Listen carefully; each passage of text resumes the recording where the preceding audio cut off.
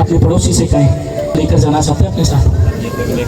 आवाज नहीं आ रही, जरा पड़ोसी बदल के कहो, क्या आप यीशु को साथ ले ओ भाई केड़ा केड़ा लेके जाना चाहता है? शामी 7 बजे दे आके पीछे यीशु को नहीं लेके जाना तो पादरी डॉलर ने कुछ नहीं दे रहा।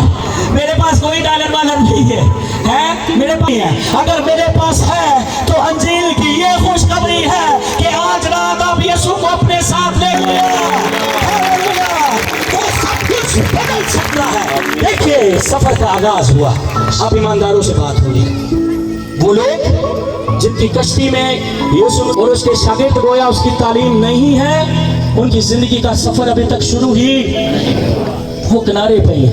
लोग बेमकसद पैदा होते हैं और बेमकसद मरकर इस दुनिया से चले जाते हैं, और जब तदफीन का टाइम होता है सब वापस आते हैं तो बैनर बनता है ना, तो इधर सामने एक बड़ी तस्वीर लगाकर लिखा जाता है मैं अच्छी कुश्ती क्या कर सीखा जी, मैं अच्छी कुश्ती और मैंने ईमान को क्या कर लिया, क्या कर लिया, महफूज पर कितने ईमान को क्या कर लिया है, महफूज को कितने ना। तो मैंने अपनी पूरी जिंदगी में कभी यीशु मसीह को अपनी जिंदगी दी थी, ना मेरे अमलों को किसी ने दुरुस्त करने की कोशिश की, मुझे ना तो किसी ने समझाया, अगर समझाया भी हो तो मैं उन्होंने गल नहीं सुनी।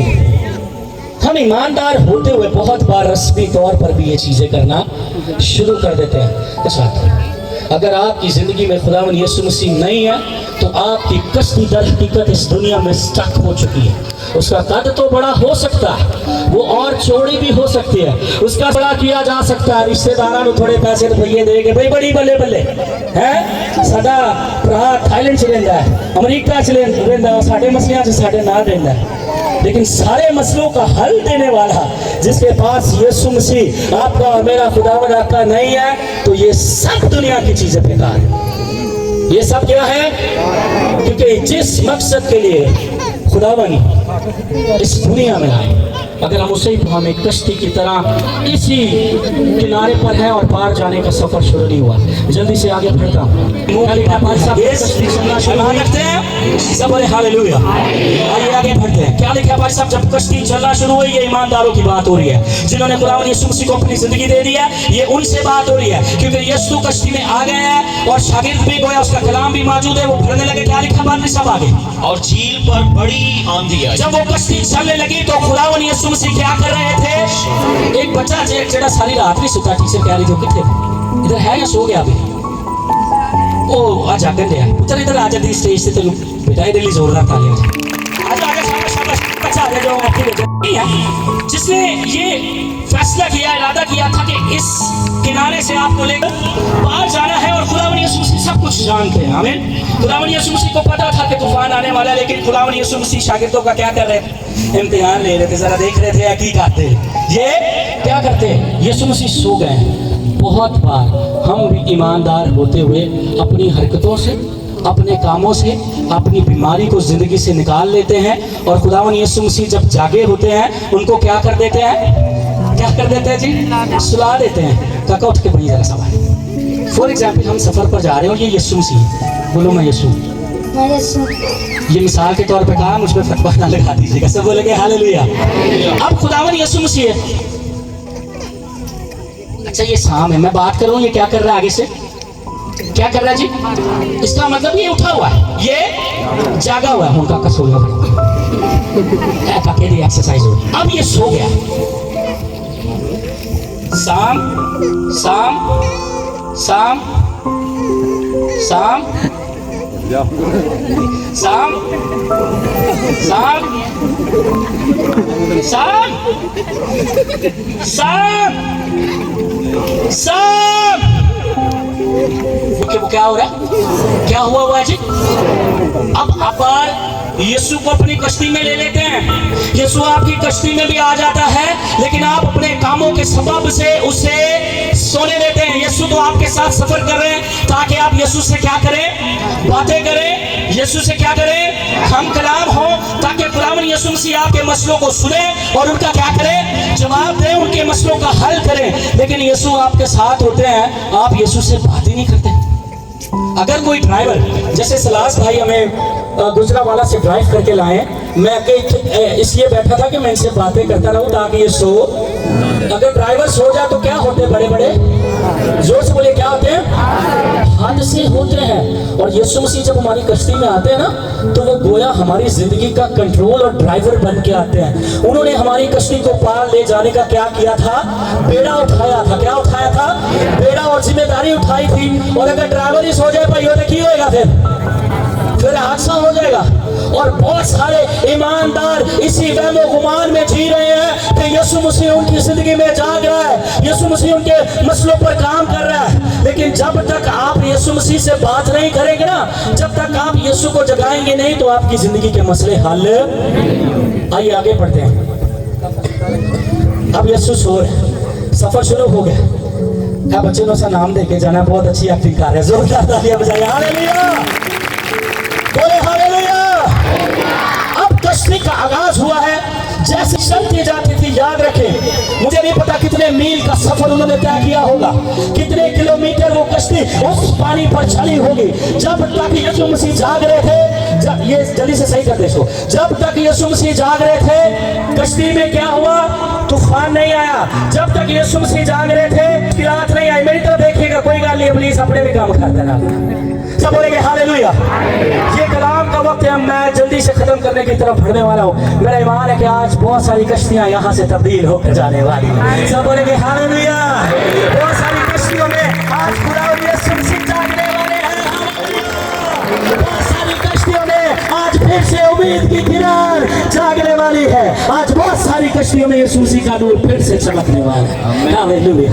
क्या लिखा पादरी साहब? देखिएगा, और जब कश्ती चल रही थी तो तब तक तूफान नहीं आया, जब तक यीशु मसीह जाग रहे थे। तब तक कंट्रोल यीशु मसीह ने खुद आप संभाला हुआ था। और यीशु मसीह के पास हवाओं को, तूफानों को थमाने का सारा इख्तियार दिया हुआ खुदावंद ने। हालेलुया। बड़ी आंधी आई। जैसे ही यीशु मसीह सो गए हैं, अब ईमानदारों की बात हो रही है, आपकी बात हो रही है। जितने यहाँ पर जिन्होंने हाथ खड़े किए थे ना, अब उनकी बात हो रही है।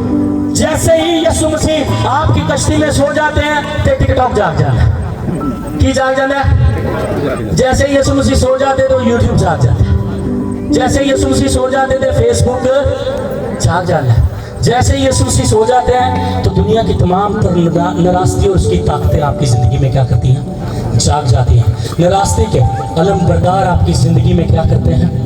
जाग जाते हैं। देखिए, ये टिकटॉक्स, ये सारी चीजें अच्छे अमल के लिए भी इस्तेमाल हो सकती है, लेकिन बहुत बार हम उसका इस्तेमाल अच्छा नहीं करते। आइए बस अब जल्दी से पढ़ते हैं, अगले 7 मिनट में हम कलाम के हिस्से को खत्म करेंगे। हालेलुया। आगे पढ़ते, क्या लिखा है? और कश्ती पानी से भरी जाती थी। कश्ती पानी से क्या करने लगी? भरी जाती। ईमानदार की जिंदगी जो है गोया वह डूबने की कगार पर आ जाती है। ईमानदार की कश्ती ऐसे मालूम होता है कि अब के बाद ये क्या हो जाएगी? इस दुनिया में क्या हो जाएगी? डूब जाएगी, खतरे में पड़ गए। आगे क्या लिखा सर? पढ़िएगा। और वो खतरे में वो किस में थे? खतरे में। जब तक यीशु जाग रहे थे, कोई खतरा नहीं। अब वो फौरन खतरे में पड़ गए, क्योंकि यीशु सो गया है और तूने आपकी कश्ती का मुहासरा कर लिया है। दुनिया की बातों ने, दुनिया की चीजों ने आपको जकड़ लिया है। तो क्या लग रहा है? गोया खुदावंद यीशु मसीह आपकी कश्ती में सो गए हैं और फिर वो बहुत खतरे में थे। देखा, बड़ी आंधी आई। क्या आई? पंजाबी जो जरा घूमता रखी है, वाह बोलो। क्या बोलते? हाँ, क्या बोलते? जरा जोर से बोले, मैंने क्या नहीं है। वो जब आता है ना, तो आप उससे भागते हैं ताकि वो क्या हो जाए? आप उससे बच जाए, आपकी जिंदगी उससे क्या की जाए? महफूज की जाए।